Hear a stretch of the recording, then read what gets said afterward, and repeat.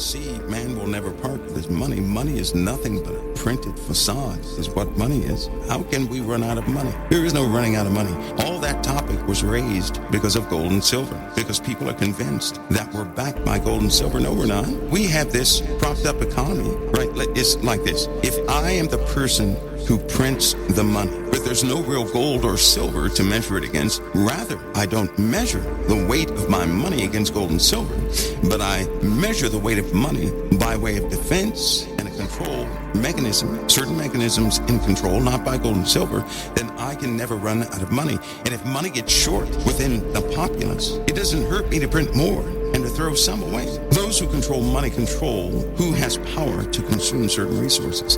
That's it. And you may not know this. You consume fake resources and you don't even know it. Let me give you a scenario. Let's say we have our own society and we have a way to control who can consume different resources. So I come up with a money system, an exchange system. Now what that exchange does is Robin and I, we count up all the assets that we have, including wheat and corn and oil and metals and all this stuff, our raw resources. And we say, okay, we can, each month, we can have this percentage of our resources consumed because we're only harvesting this certain amount of resources. So that means with farming and with mining, say we're pulling in 1 trillion tons of materials.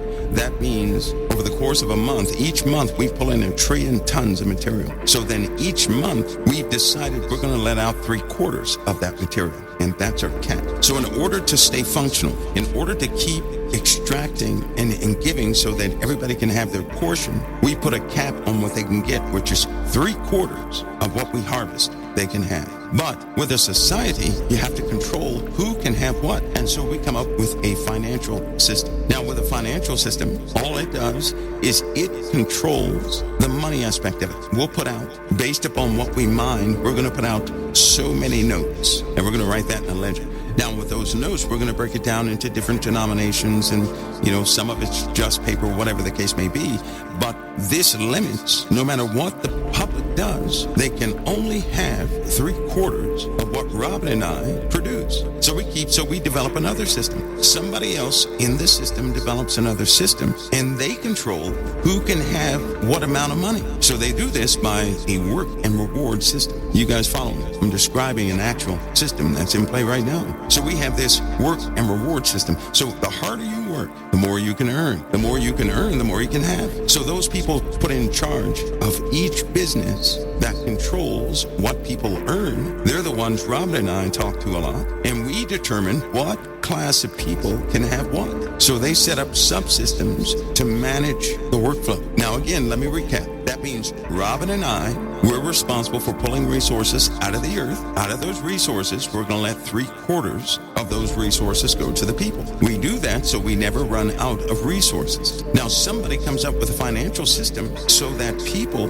can trade that note for those resources. Now it's only 3/4. 3/4 of the resources we actually have, the world can get. So the money system allows people to get resources also. Robin and I are sitting at the top of the game. We determine how we determine what they can really have, but the money system determines what the people can have out of what Robin and I allow them to have. And with that money system, you have people inside the money system who determine who can have the most money. Because if you have more money, if you have the most money, you can get the most resources. That's how an economic system works. Now, with that 3/4, now listen to me, because I told you at the beginning, you've been tricked. And I'm going to show you how. I'm going to show you how not so smart we are. In fact, we have lost our minds.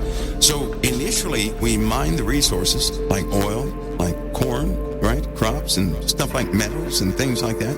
And we let the world have 3/4 of it. Remember, I didn't tell you what we're doing with the other quarter, but we let the world have 3/4, which means we have a quarter left nobody knows about. Anyway, with that 3/4, the people then work themselves to death to get the supplies, and they compete with one another. So we develop, as an entirety of a system, we develop a way to get them interested or to get them in a competitive nature to fight for the 3/4 distributed to the world. Now, initially, we were providing real products mined from the earth. If you guys can understand that portion, something else has happened because we're not getting products from the earth anymore. They're doing something else, yet they're still having people labor for something they're not extracting from the earth. Now we're on a revolving type system that people have no clue about. They can't see it. I know this is, it could be a bit complicated.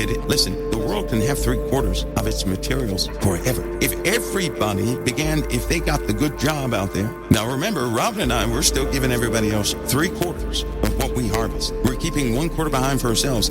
The whole world can have that 3/4. And they are fighting over the 3/4. And there are different systems in place to promote them to believe something. Because it'd be quite boring. If everybody caught on to this, they wouldn't go for it. They'd say, we're not doing this. This is foolish.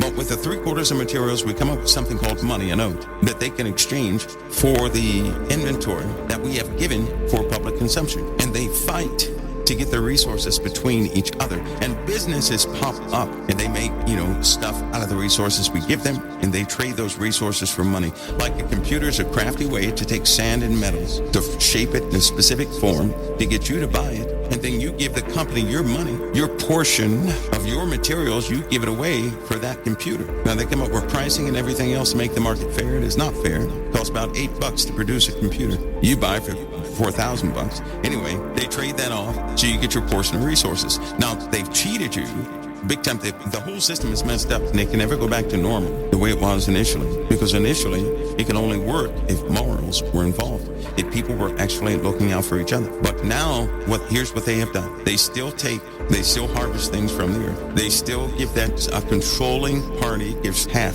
to consume. They give that to the world to consume. The people out there then break their necks to try and get their portion of those materials, of those raw materials. So they come up with ingenious ways to do it. But where they used to buy real product, now they're buying synthetic products. And what is that? What is a synthetic product? Well, it's something that, here's what happens. A lot of people consume things out there in the world, and what's left over they throw away. That goes into a trash pile, right? Well, they have found slick ways to take that trash pile, to turn that back into product. And they have people fighting over products. So now we don't have to supply the world with half of what we harvest from the earth. Now we're supplying the world with 1/4 of what and we're keeping 3/4. So now the world is operating by 1/4 of what the earth can actually yield. And we come up with ingenious ways to recycle as much as we can. And we come up with all these stories and all this, that, and the other to tell everybody that, if you take too much, the earth is going to, collapse or something like that. That's how you do.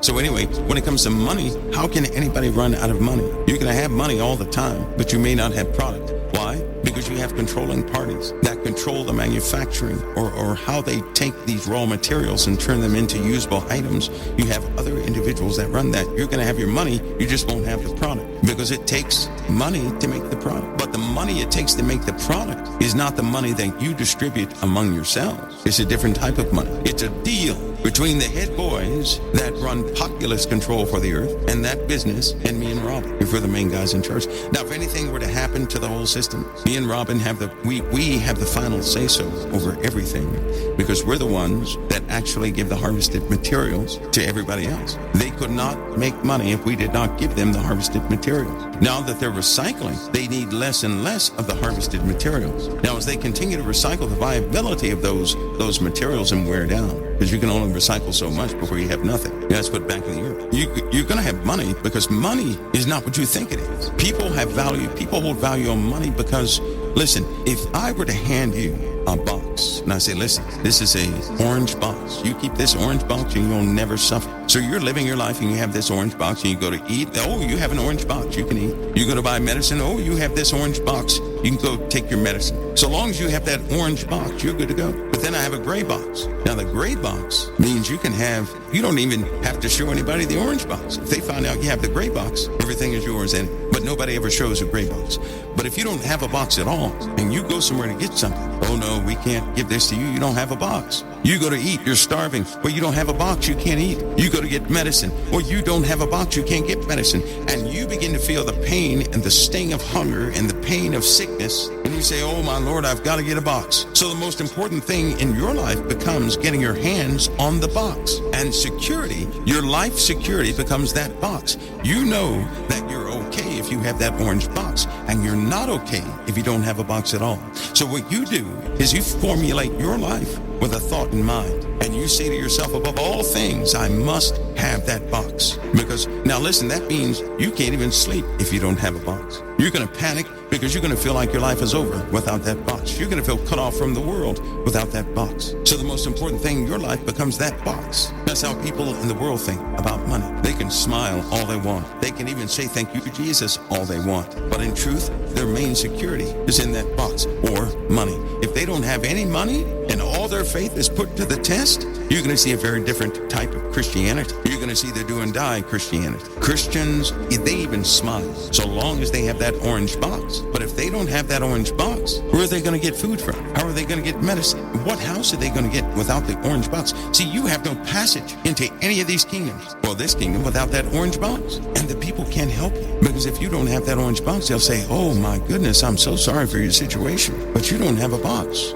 I can't do anything for you. That's what the world has become. That's exactly what the world has become like. That's what people fight over, is that orange box. If you don't believe that people fight over money, people get happy over it, let me tell you something. Whether I have money or I don't have money, it does not alter my attitude. It does nothing for my security. I've been in both camps with no change of attitude. I've had nothing and I've had a lot, and there's no change because nothing in my life will ever sit itself above Christ in my life. See, if something can change your emotions, your attitude, and everything else, it has more power than Christ or the living God in your life in that moment. Do you really think I'm going to allow anything to sit above my Lord? Do you think I'm going to let anything steal my joy? Do you think I'm going to put my security in anything earthly? Do you really believe that I'm going to pin my happiness to an orange box? No, I will not. So in that case, whether I have it or I do not, I'm still the same person. I'm one of those boring people. Same way every day. I don't wake up moody because my stability is in Christ. Do I get sad sometimes? Yes, but it's not for me.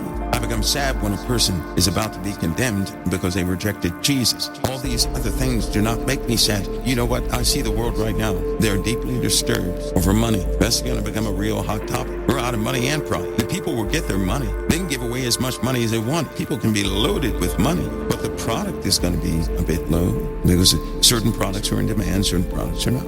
As Christians, do you think he really wants our stability in a box? Do you think he wants our trust in a box or in money in this case? Do you really believe that? No, he does not. And so guess what? He's going to break you. See, you don't know this. A lot of people discuss this kingdom of the beast, and this whole conversation stemmed from the beast, right? Let me share this with you. Who do you think has the orange box to give away to people? Is it God? No, it isn't. That's earthly made. That's an earthly made system. That was made here on earth. That was not made in the heavens.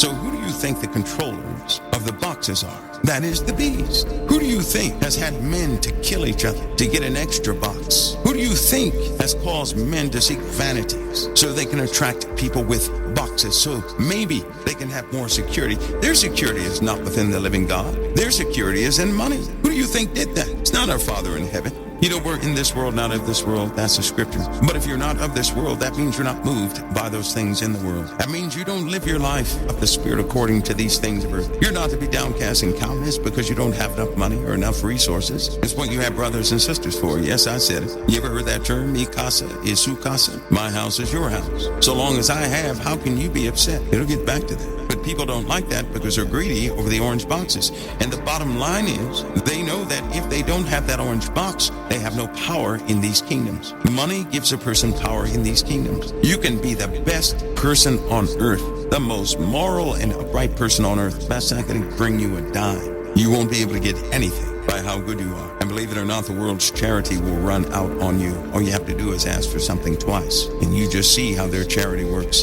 The first time, they're glad to give. Why? So they can appease their own conscience. So they can really honestly believe in their hearts they did some type of a good deed. So they can somehow comfort themselves because they feel guilty internally, subconsciously. Go ask again and see what happens. Well, didn't you ask for that last month? I'm sorry, we can't help you. Taking the mark of the beast? People are living under the structure of the mark of the beast right now, and they do not want to give it up.